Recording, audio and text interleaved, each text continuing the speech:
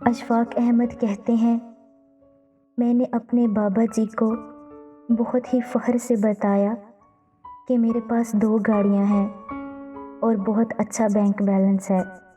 اس کے علاوہ میرے بچے اچھے انگریزی اسکول میں پڑھ رہے ہیں۔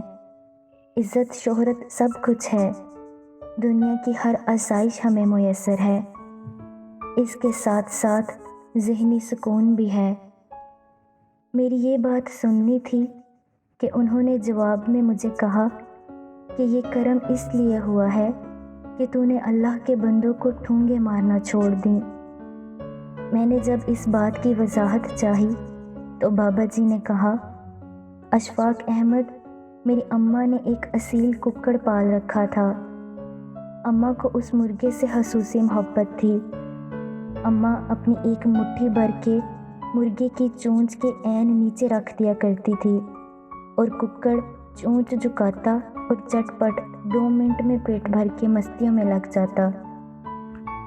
میں یہ روز ماجرا دیکھا کرتا اور سوچتا کہ یہ ککڑ کتنا خوش نصیب ہے، کتنے آرام سے بنا محنت کیے اس کو اماں دانہ ڈال دیتی ہیں۔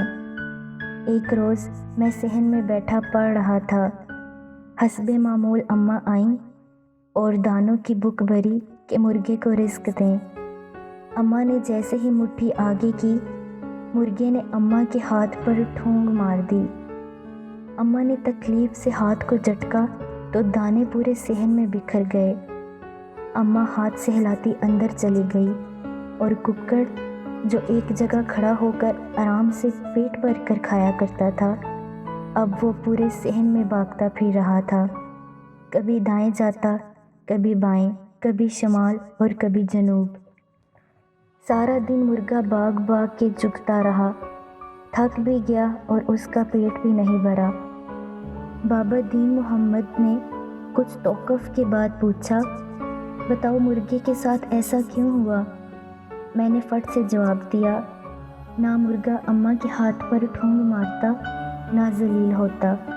بابا جی بولے، بالکل ٹھیک، یاد رکھنا، اگر اللہ کے بندوں کو حسد، گمان، تکبر، تجسس، غیبت اور احساس برتری کی ٹھونگے مارو گے نا تو اللہ تمہارا رزق مشکل کر دے گا اور اس اصیل ککڑ کی طرح مارے مارے پھرو گے۔ تو نے اللہ کے بندوں کو ٹھونگے مارنا چھوڑی، اللہ نے تیرا رزق آسان کر دیا۔ بابا عجیب سی ترانے میں بولا، پیسہ، عزت، شہرت، آسودگی حاصل کرنے اور دکھوں سے نجات کا آسان ذریعہ سن لے۔ اللہ کے بندوں سے محبت کرنے والا، ان کی تعریف کرنے والا، ان سے مسکرا کے بات کرنے والا اور دوسروں کو معاف کرنے والا کبھی مفلس نہیں رہتا، آزما کر دیکھ لو۔ اب بندوں کی محبت کے ساتھ ساتھ شکر کے آنسو بھی اپنی منزل میں شامل کر لو تو امر ہو جاؤ گے۔